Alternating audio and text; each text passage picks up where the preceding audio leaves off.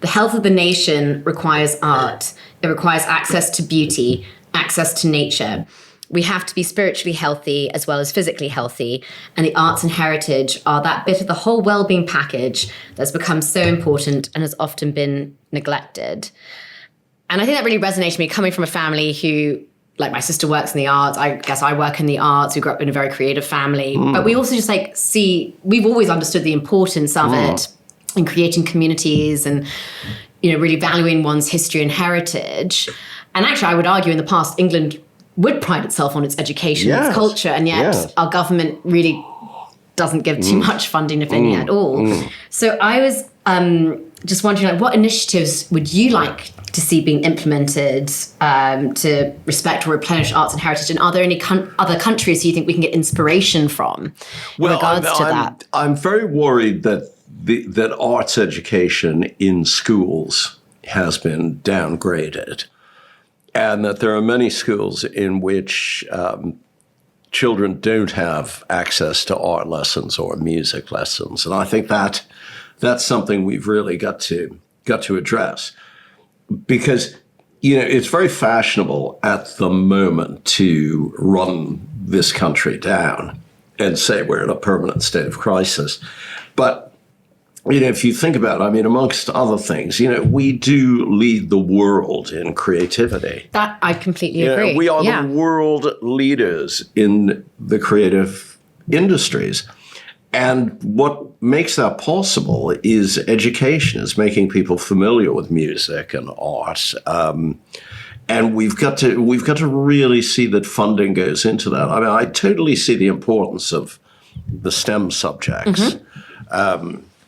And, we need to be a more numerate society. But, to sacrifice the arts and music in particular, I think is really dangerous, and it doesn't bode well for the future, because it won't help us to continue to be the world leaders in creativity. So I do worry about whether government have a sufficient appreciation of the importance of the arts, not just to practitioners, but to just everyone. Everyone, yeah. Because, it just makes life more fun for people, and, And again, it brings people together. And like wine, it's a life enhancer. It's a life enhancer. And it's meant to be for everyone, and it's meant to be relatable. Yeah. And but again, it's about that needs education, that needs...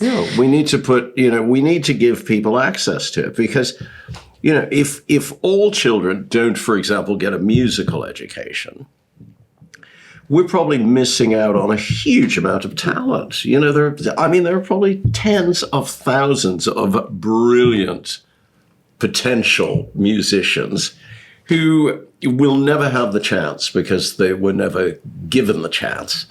And, we really need government to take arts education more seriously. Are there any way that we civilians can actually help support the arts more? Is there anything that people could be doing? Well, philanthropy is very important in this country. And, we have great arts philanthropists. But you do need the state to, and I don't believe the state should, necessarily be holding our hands every single minute of the day. But in order for education to work, the state really has to be behind arts education. And it starts when children are very small. And I think that's somewhere where the government could play a really important role.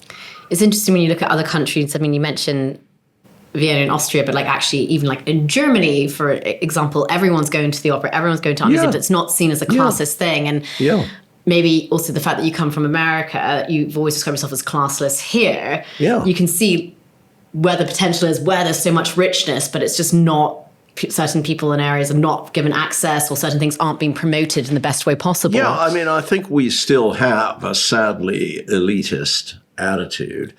And governments haven't helped in many even basic ways. When was the last time in which you saw a prime minister going into a museum or to the opera or to a concert? They'll go to a football game. They'll go to a fairground.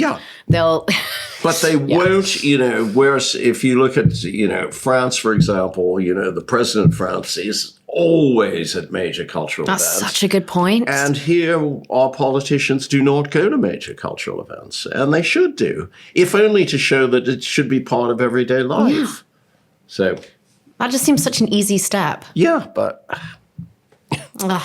Loyd, maybe you could run for PM in your next stage. yeah, Never say no. never say no.